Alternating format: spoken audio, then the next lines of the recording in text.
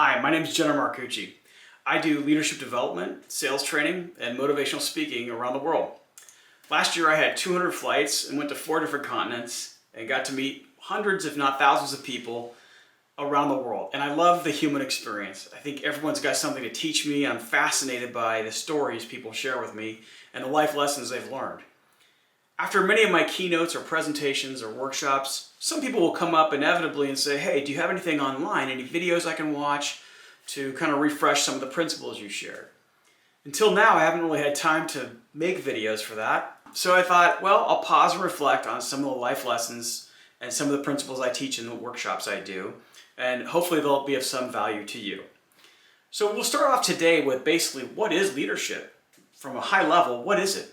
There's many definitions out there, and there are many good ones. And I think really leadership for me, after studying this for the past 30 years, comes down to two things. One is it's to influence others. Two, it's to add value to them. So if you're engaged in the act of influence, you're helping others, I would argue you're leading. Regardless of your title, position, station, salary, you're leading. In fact, I think we're leading all the time in life, or at least we have that opportunity. So I want to transition from leadership to what is love. Now you might say, as Tina Turner did, what's love got to do with it? Well, I think it's a lot. Now, before we jump into that, let's look at our language for a second, because English is pretty limited on the way it describes love. We've only got one word. I love my dishwasher, I love vanilla Haagen-Dazs, I love my dog, I love my family. It's come to be so watered down it doesn't mean much. Probably the best definition I've seen for love that fits what we're talking about today is love is being committed to the growth of another individual. I stole that from Scott Peck, who wrote a book called The Road Less Traveled. The Greeks have 7 words for love, Tamil has 50, Sanskrit has 96 different words for love. We've only got one. But for today's purpose, I want to define it as being committed to growing someone else. And lastly, let's talk about servant-based leadership. In the 70s, a guy named Robert Greenleaf started to publish information and a philosophy about being a servant-based leader. And in fact, it's pretty much always been that way. If you look throughout history, the greatest leaders that have ever walked the earth have talked about being servants. But how do we do that today? I read recently about a lacrosse player who was excellent all throughout high school. In fact, his junior year, he was one of the best in the state, playing for a Division I school.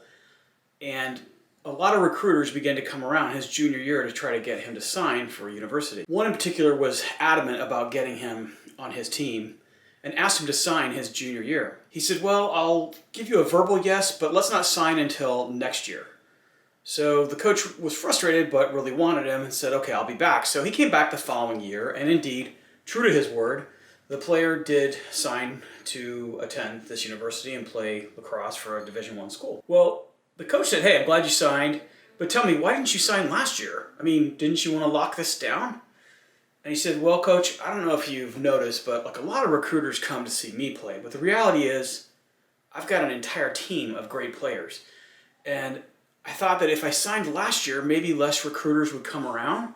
But because I didn't, they kept coming. And as they came, they saw how good my teammates are. And so several of them got scholarships as well. Wow, here's a 17-year-old teaching me about how to be a servant-based leader. Because servant-based leadership says it's not about me, it's about how I can help them. It's not about getting as much as I can out of people, as much as it is helping remove obstacles so that they can do their very best. So here's my invitation to action today. Consider around you who needs help. Who in your purview of influence or your sphere of influence needs help or encouragement? Ask the universe. My experience has been whenever I ask the universe, who needs my encouragement right now, I'll instantly get several names come to my mind. Sometimes I'll just call these people and talk to them and listen. Sometimes leading is just listening. But ask who can use your help today. And I would offer the more you do that, the smaller your problems become. And as Zig Ziglar said, the more I help others get what they want, I get what I want. That's the basic premise of reciprocity. But I think it's deeper than that. I think that as humans, we're here to help each other. We do better together.